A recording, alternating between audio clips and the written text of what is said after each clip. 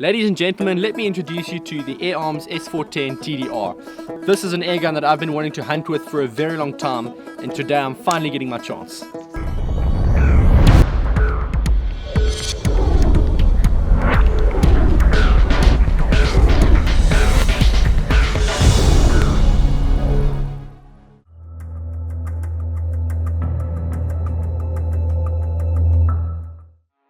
Now I'm faced with quite a unique situation today because I'm going to be doing some pest control. I'm going to be shooting some starlings that are causing a bit of a problem.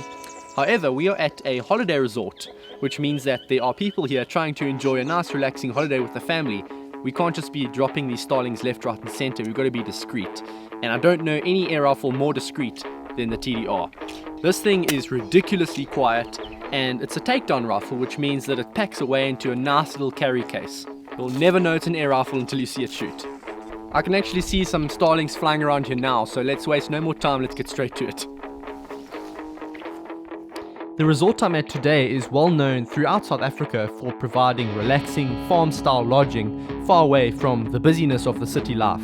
Because of the reputation at stake, it's of utmost importance that the resort is kept free of pests, and if there's one species that the managers want gone, it's the starling.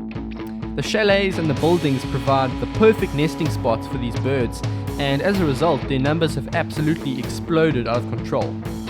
I've hunted these birds before with an Air Arms S410 Extra from long ranges in a previous Air Arms TV episode, and this time I'm back with a different rifle. My job today is to get rid of as many starlings as I can in the vicinity of the buildings, and it doesn't take long before I line up on the first bird.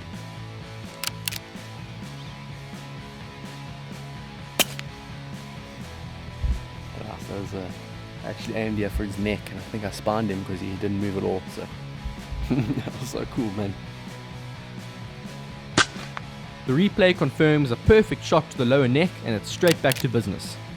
I spot another two birds sitting in an oak tree, and I line up on the one to the left. That's about 33 meters, so if you take the incline into consideration, this gun's 0 to 25, so I can pretty much aim dead on, and I aim kind of like towards the top end of his body, and solid thud and straight down. But I absolutely love the sound of a silenced 12 foot-pound gun. You know, I'm used to shooting like 30 foot-pound 22s. This is a 12 foot-pound 177. It's just so quiet. It allows you to hear the pellet going through the air, allows you to hear the sound of the pellet hitting the bird.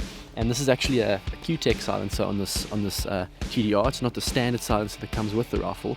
This is a silencer made by Air Arms, a new silencer, and it's ridiculously quiet. You basically just hear the ping of the hammer hitting the valve, and then the sound of the bird dropping. It's awesome, I love it. As yet another bird appears on the roof, I load up once more, I take aim, and I squeeze the trigger. That actually looked like a European starling, so it's not what we came out here to target, but those we don't like those around here either, so we shoot them on sight, so it's good to get one of those down. It's an absolutely stunning day, and as the sun makes its way high into the sky, I'm grateful to be able to look around and appreciate the scenes that surround me.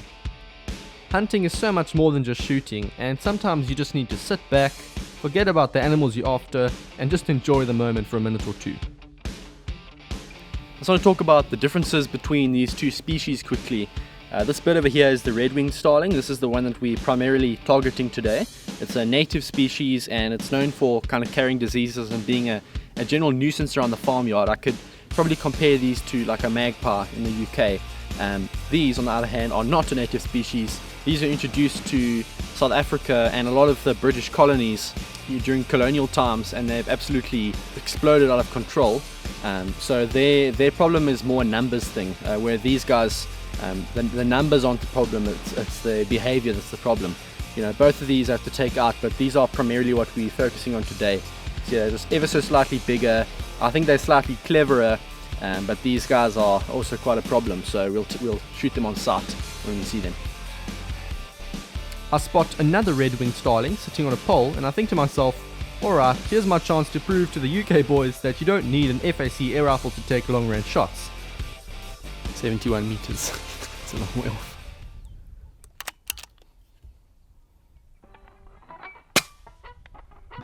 Alas, the pellet drifts off just to the right, plucking a few feathers from his chest on the way past, and I'll have to wait another day to prove my point. Best part about this gun is that when a magazine's empty, you can just take it out, replace it with one of these at the back, slot that one right in, and there you go. New magazine in, as simple as that. I love it. There's a bit of a lull in activity around the chalets for quite some time, and I realized that I've probably spooked most of the birds off. These birds are very clever, and once they catch on that they're in danger, they don't hang around. I decided to take a look around the golf course, having been told earlier that the pied starlings had begun to become a bit of a nuisance on that part of the resort. At first there's nothing to be seen, but eventually I stumble upon a whole flock right on the edge of the course. Okay, there are 4 starlings right over there. I'd say that's probably about 50 or 60 meters away. Hold over about just over 2 minutes.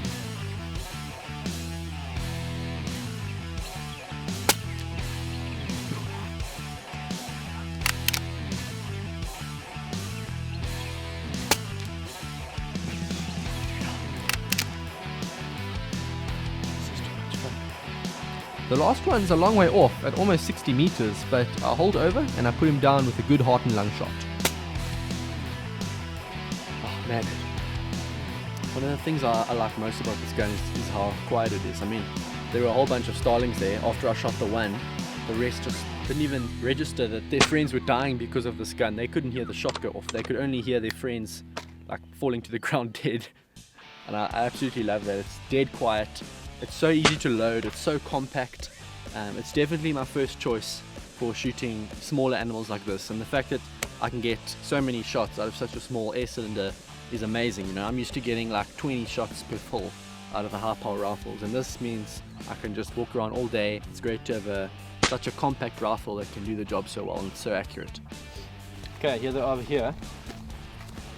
And you can see this is actually a different species of starling once again. This is a pied starling. Note the white around the bum area over here. I've actually hunted these quite a lot on my own channel. I've done some long range shooting, like 110 meters or so on these guys. And these are basically very, very similar to the red-winged starlings. The only difference is that they don't have the red on the wings and they've got the white underneath. It's the only difference. Other than that, they're very, very similar. And yeah, they cause the same problems that the red-winged starlings do, nesting in the rooftops, carrying diseases. So here's the first bird. Second one was quite close to him, and the third one is right over here. To get 3 birds within 5 meters of each other in about a minute or so, that's quite unique. You can only do that with a quiet air rifle. If I was using any of my other high-powered air rifles, I simply would not be able to do this. So yeah, it's really nice to have a nice 12 foot-pound air rifle in my arsenal. Does a good job. After a successful morning shooting, I head back across the golf course towards the chalets and assess the day's events. Well, that was a really good morning shooting. We managed to get 4 red-winged starlings, 3 pied starlings, and a European starling. Nice mixed bag of pests. Some of them birds that you may not even know existed. And the best part is that I never even had to refill any of these magazines on the TDR. I went through one of them and I put in a second magazine, and I didn't even have to use a third. Didn't have to refill on air. You know, I'm just so impressed with the fact that this gun was so quiet that I could get these 3 pied starlings one after another without any issues. These are clever birds. I've hunted a lot with the TDR before, but never on animals this clever. So it passed this test with flying colors, and I'm very, very impressed.